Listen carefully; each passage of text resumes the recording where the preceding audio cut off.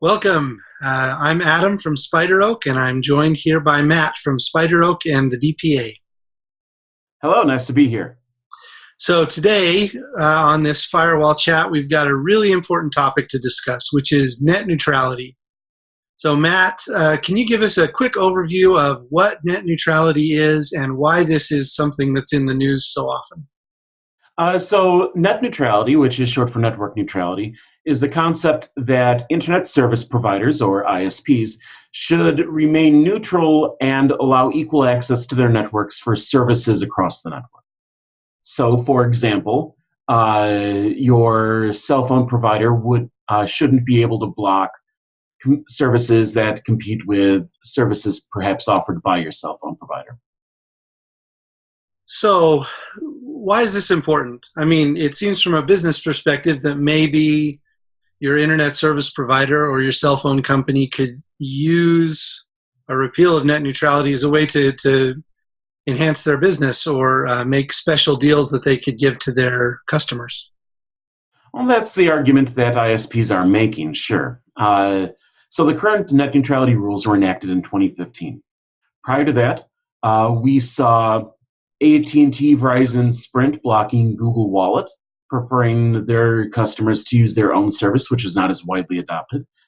We saw AT&T blocking and Verizon blocking use of Skype, and AT&T wanting customers to pay more to use FaceTime on their iPhones. Generally speaking, it's not providing additional value for the consumer. It's trying to provide additional value for the company that you're already paying to use their services. So what's the current situation? I know that last year there were some votes in Congress. What's the situation now, and why is this different than before? So right now with the new administration, the chairman of the FCC is a former Verizon lawyer. Chairman Pei is quite close with Verizon and apparently fighting for their interests within the FCC. Currently, what's going on is on December 14th, so that's Thursday, December 14th, the FCC is holding a vote to repeal or not the net neutrality rules that they enforced back in 2015. This is especially worrying for basically everyone who uses the internet. Mm-hmm. So for those of us who use the internet and don't think this is a good idea, what can we do? This is a little bit different from writing your congressman, but what is it? What can we do to try and influence the vote? Well, one easy way to do it is to write your congressman and basically have them overrule the FCC. The FCC, its bounds and what it can do are set by Congress. Congress makes the rules, the FCC plays within them. And if the FCC is required to enforce net neutrality rules, then that's what they have to do, regardless of what the chairman may or Verizon may want. So it is a matter of writing to Congress. That's good news for everybody, because that's much easier than getting in contact with the FCC, perhaps. Yeah, it's a weird sort of issue. To be honest, it isn't as simple as just writing your congressperson, even though you should. And if you need to know, there's a service called myreps.datamade.us that you enter your address and it'll show you everyone who represents you at every level of government. And writing them, they can put pressure on the FCC. They can put pressure on themselves to produce laws that'll help support consumer and business rights on the internet. So paint for me a worst case scenario. Let's say net neutrality is repealed. What's the worst thing that could happen to a normal person? All right. So there's already been examples that we've been seeing. For example, blocking of FaceTime on iPhones. If you use FaceTime, if you use Skype, that's certainly something that's at risk. If you use cloud sync services, everything from SpiderOak to Dropbox to Box, that could be either in a higher paid priority tier or just simply banned on the network. And that's at the tip of the iceberg. there's some real big human rights issues that start coming down with this. For example, Verizon owns a company called Oath, and Oath is a company that owns AOL, Yahoo, and dozens of other media companies. If your experience online is limited to Oath companies by default through Verizon, and Verizon in some parts of the United States, for those who may not know, is an actual landline ISP, and across the entire U.S., it is, of course, a major cell phone carrier. If your access to the internet is limited to what they are providing by default, there's a few really interesting and awful scenarios that can come up. Our thoughts, our political discourse is shaped by the media, and here you're limited to essentially one media. This is another issue that can, for example, Comcast owning NBC. There's issues around that, editorial content, just real troubling questions that we don't have solid answers or assurances about. In addition, when you're talking about tracking, when you're talking about user privacy, now you have one company limiting you to their walled gardens.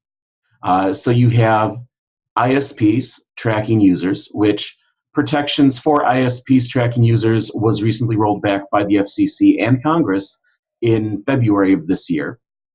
And so you have raw cell network data, your hard geolocation, you have what device you're using, you have phone calls, so you're making phone calls with texts, general network traffic, and then on top of that, you go into the services, so then they get to see web pages that you're looking at, the news that you're scrolling through, how long you stay on a particular news story. It recently just broke, for example, that Facebook tracks not only the comments that you leave, but the comments that you don't submit as well, things that you type and then choose to delete.